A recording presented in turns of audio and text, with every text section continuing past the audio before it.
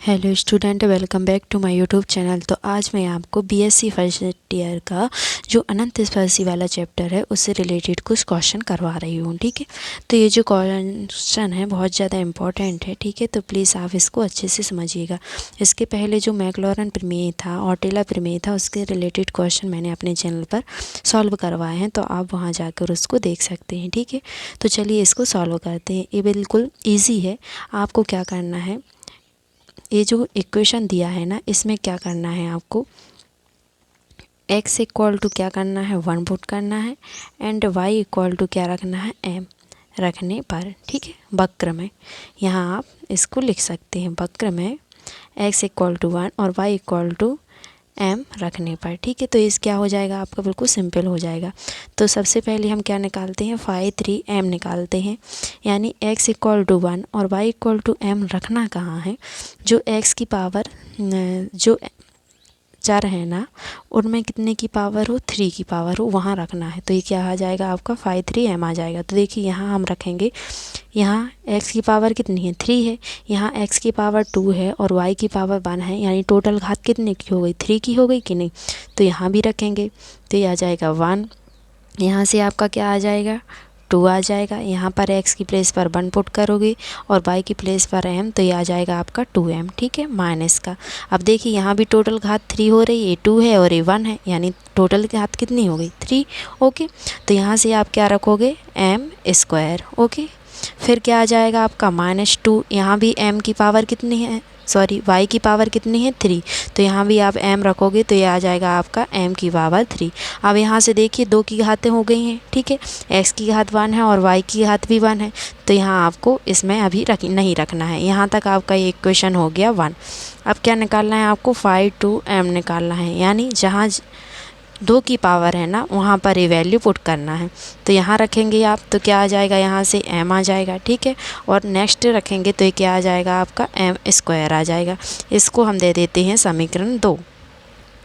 अब सिंपली आपको करना क्या है, अब यहाँ पर देखिए 5 1 m निकालोगे, यानी जो 1 की घात है वहाँ तो है ही नहीं, तो यहाँ पर ये कितनी आ जाएंगी 0 आ जाएगी। ठीक है, अब आपको क्या करना है, m के मान निकालना है। तो m के मान निकालने के लिए जो 5 3 m है ना इसको 0 रखना पड़ेगा।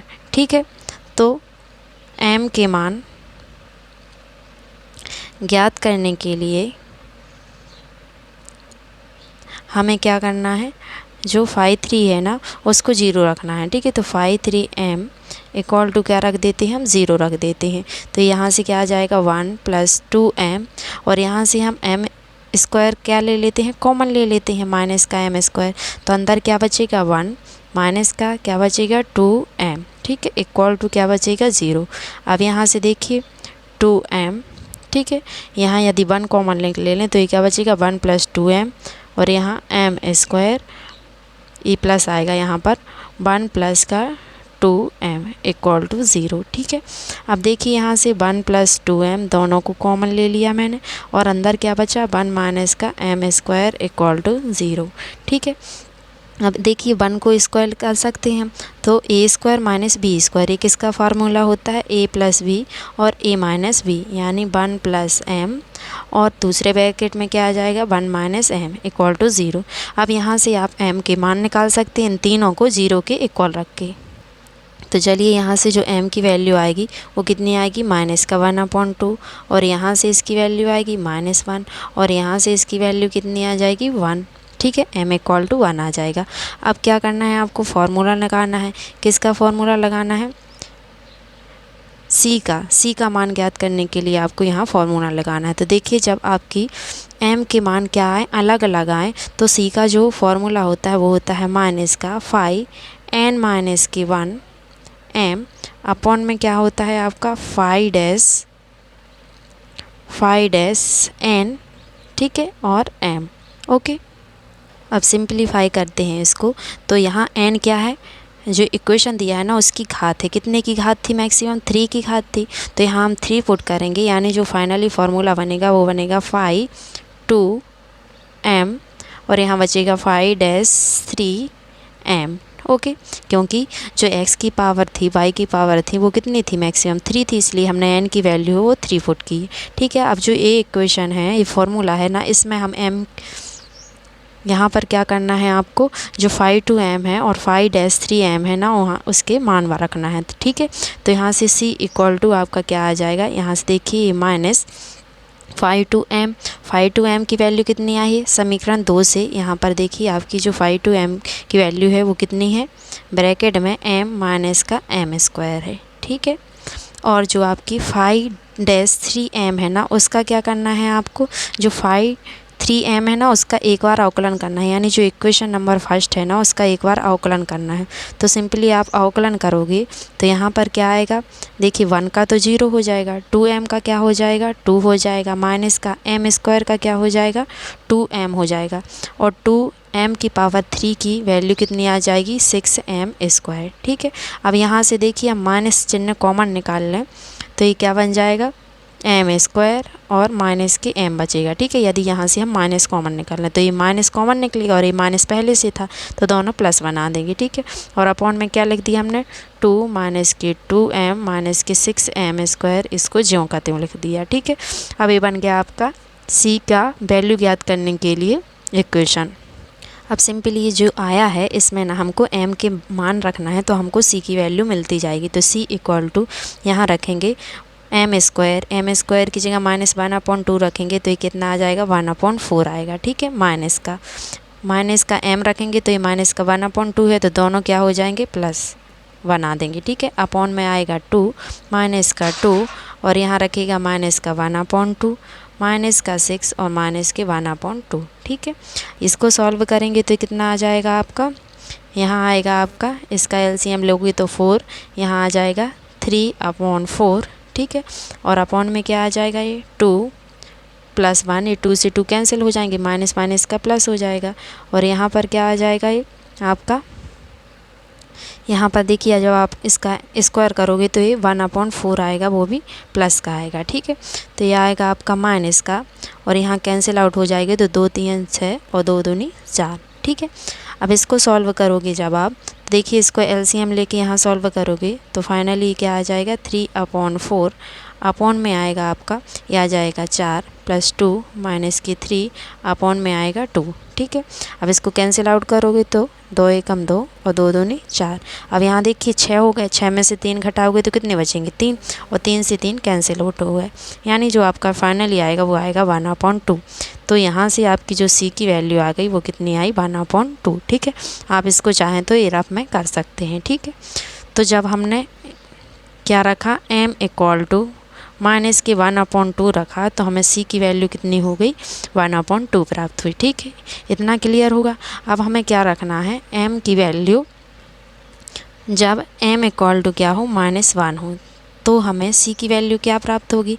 तो ये जो इक्वेशन है ना, इसमें रखिए इस वाले में। ठीक है, तो ये यहाँ रखेंगे अपन, तो ये आ जाएगा 1 -1 का होल स्क्वायर करोगे। ठीक है, यहाँ भी क्या आएगा आपका 1 अपॉन में क्या आ जाएगा आपका 2 माइनस का 2।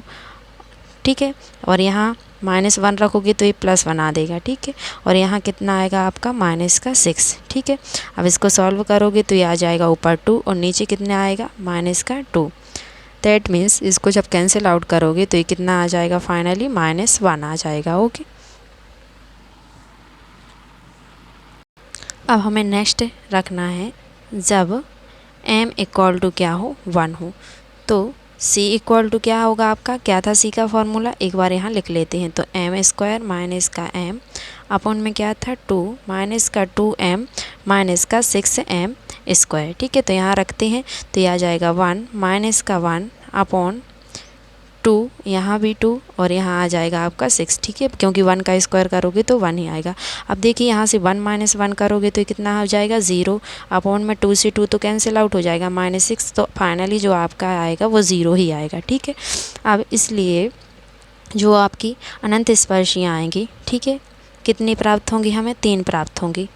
ठीक है, तो इसलिए हमें कितनी प्राप्त हो रही हैं अनंत स्पर्शियाँ, 3, क्योंकि जो c की वैल्यू है वो कितनी आई है, 3 आई है। ठीक है, तो यहाँ पर अनंत स्पर्शियाँ यहाँ हम लिख सकते हैं, इसलिए हमें 3 अनंत स्पर्शियाँ प्राप्त होंगी। क्यों होंगी? क्योंकि इसकी वैल्यू 3 आई है। तो अनंत स्पर्शियों में किसमें वैल्यू पुट करना है? y equal to m x plus c, इसमें आपको वैल्यू पुट करना है। तो देखिए y इक्वल टू एम की वैल्यू जो हमने -1/2 रखी x, तो हमें c की वैल्यू क्या प्राप्त हुई थी? प्लस के 1/2। ठीक है, एक तो आपकी ये हो गई। दूसरी वाली अनंत स्पर्शी y इक्वल टू, जब हमने m की प्लेस पर -1 पुट किया था x, तो हमें c की वैल्यू क्या प्राप्त हुई थी? -1 ही प्राप्त हुई थी कि नहीं, है ना? ओके, तो हम इसको जब सॉल्व करेंगे तो ये क्या आ जाएगा आपका? y इक्वल टू माइनस का x और माइनस का 1। ओके,